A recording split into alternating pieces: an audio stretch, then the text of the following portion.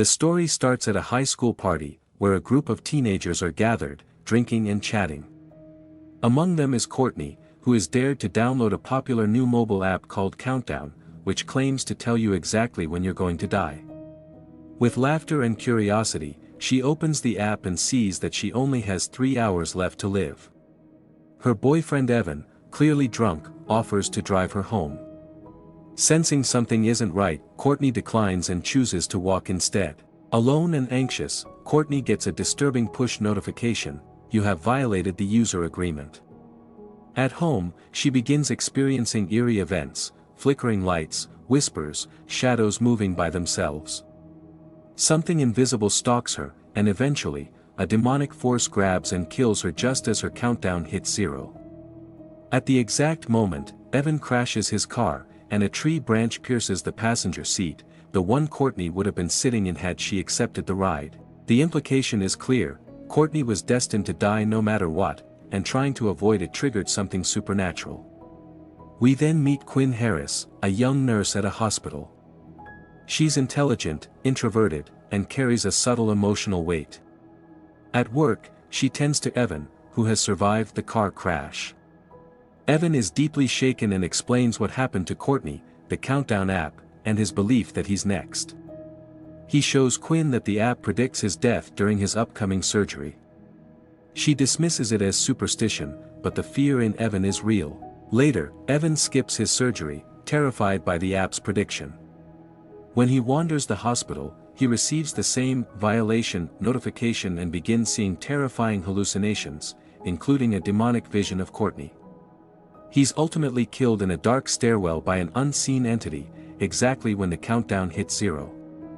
That evening, Quinn attends a small celebration with her fellow nurses, where the Countdown app comes up in conversation.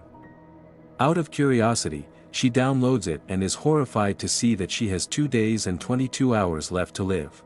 Though skeptical, unease sets in as the timer continues to tick. Her anxiety increases when she starts experiencing strange phenomena. Her phone won't let her delete the app, it reinstalls itself immediately. She begins to see shadowy figures, hear noises, and feel a presence following her. The countdown timer keeps ticking down no matter what she does. Needing to renew her ID, Quinn goes to her family home to retrieve her birth certificate. There, we meet her younger sister, Jordan, and their strict, emotionally distant father, Charlie. The family is still mourning the loss of their mother. Charlie asks her to attend their mother's grave ceremony, but she declines, triggering a violation of user agreement warning from the app. Curious, Jordan downloads the app herself, and shockingly, her countdown says she only has a little over a day, even less than Quinn's. Realizing this may not be a coincidence, Quinn begins digging into the app online. She discovers message boards and news stories about people dying in freak accidents that line up precisely with the times the app predicted. With nowhere else to turn, Quinn visits a phone store, hoping a tech repair can delete the app. There she meets Matt Monroe, a stranger who's also trying to get the app removed. His countdown reads 18 hours. They compare stories and quickly realize they're both experiencing the same phenomenon: visions, glitches, and increasing dread. Together, they speak to Derek, a sarcastic but brilliant phone repair tech who agrees to examine the app's code.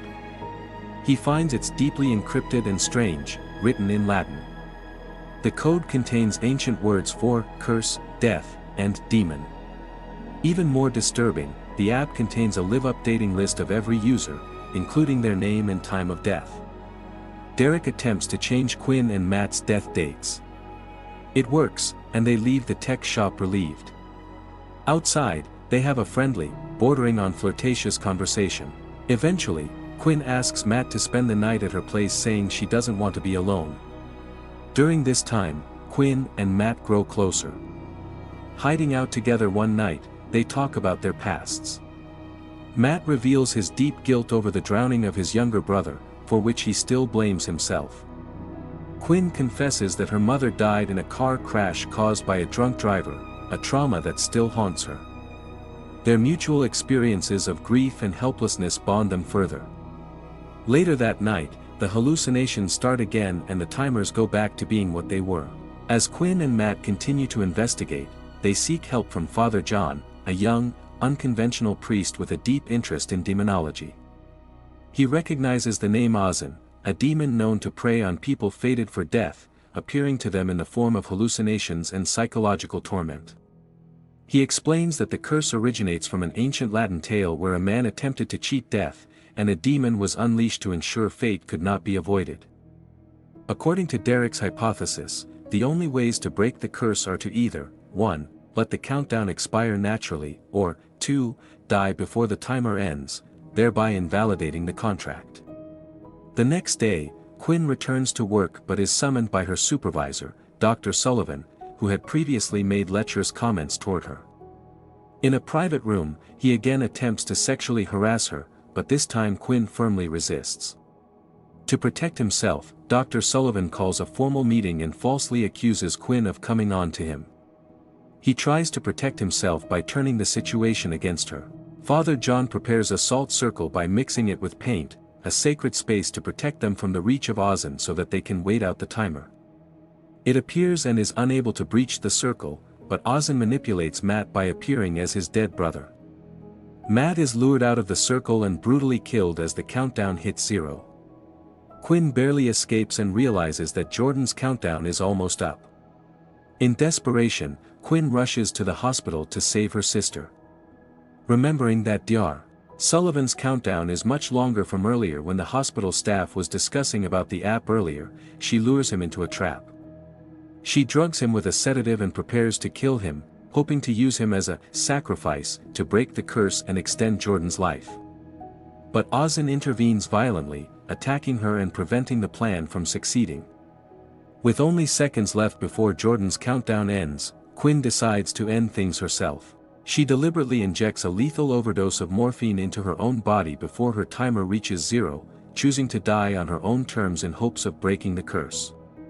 Her phone hits 0 while she is already dead, nullifying the contract with the demon. Jordan, distraught, rushes to Quinn. She sees a drawing on her arm with the words Narcan and a circle marked. She manages to use Narcan to revive Quinn, reversing the overdose and bringing her back to life. The curse is broken. Ozan vanishes. Both sisters are now free. In the aftermath, Dr. Sullivan's lies are exposed. Another woman comes forward with her own sexual harassment complaint, and it becomes clear he has a pattern of predatory behavior. He is officially reported and exposed, facing justice at last. The film ends on a seemingly peaceful note. Quinn, Jordan, and their father visit their mother's grave together, a small step toward healing. But as they leave, Quinn's phone buzzes. A notification appears, Countdown 2.0 installed. The curse isn't gone, it's evolving. Derek, the sarcastic tech clerk, is on a date. He receives a warning on his phone, violation of user agreement. The lights flicker. Something dark moves just out of sight. As the screen cuts to black, it's clear, Ozan may be back.